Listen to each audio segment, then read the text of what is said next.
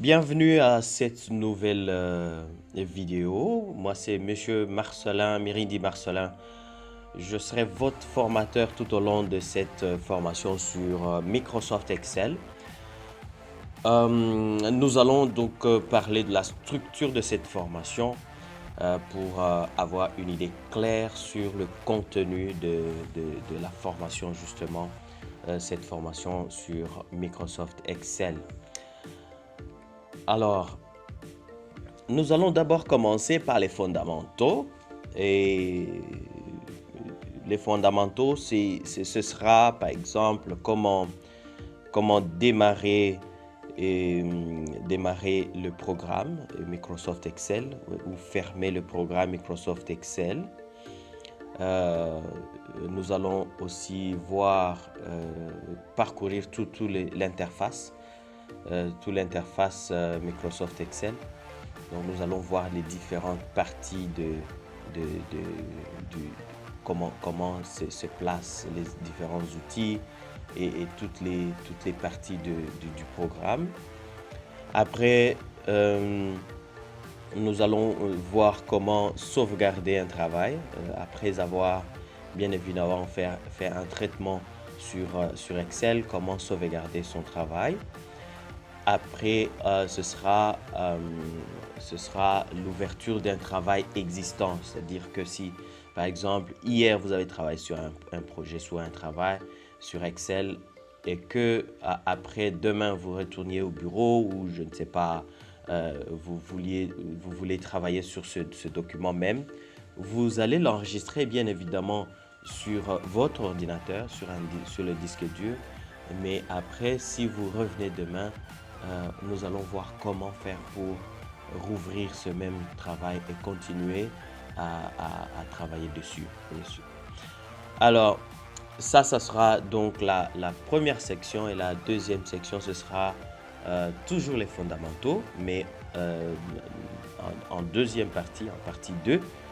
Et donc, on va voir les formatages, n'est-ce pas? Les formatages des styles de texte, le formatage des cellules, les formatages des bordures, comment placer les bordures, etc.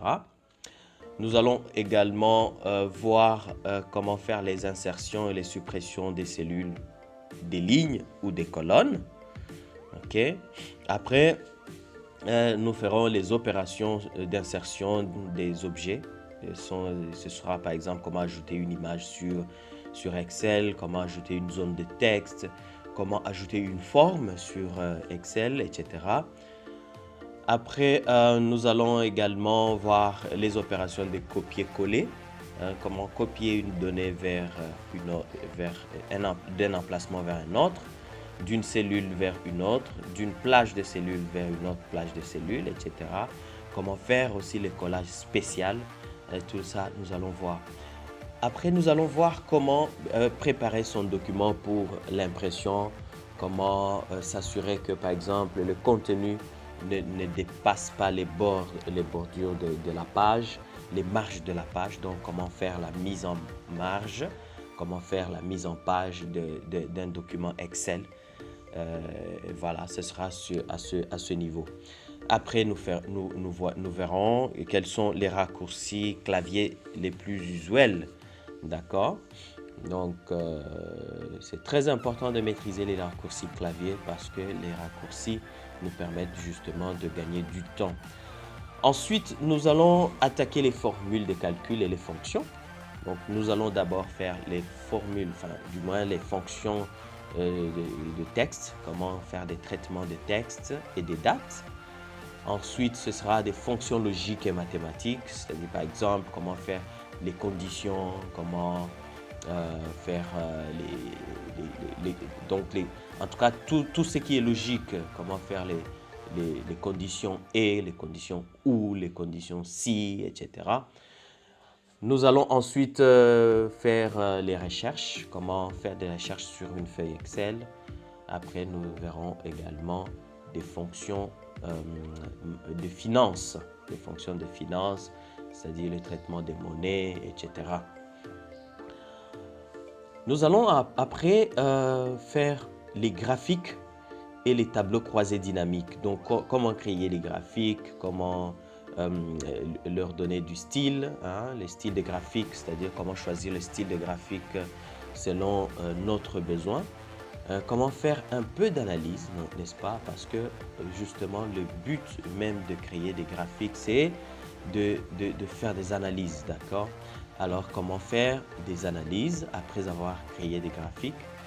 Comment faire des nommages, hein, comment nommer les éléments, les différents éléments du graphique, par exemple le titre, les séries, etc.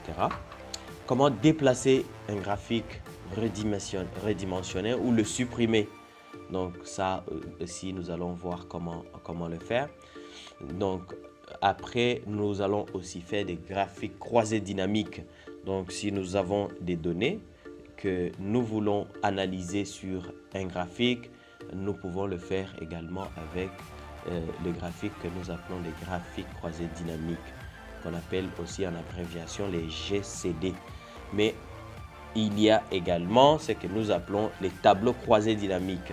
Les tableaux croisés dynamiques aussi, ce sera des tableaux que vous pouvez générer directement à partir d'un certain, à partir des données que vous avez sur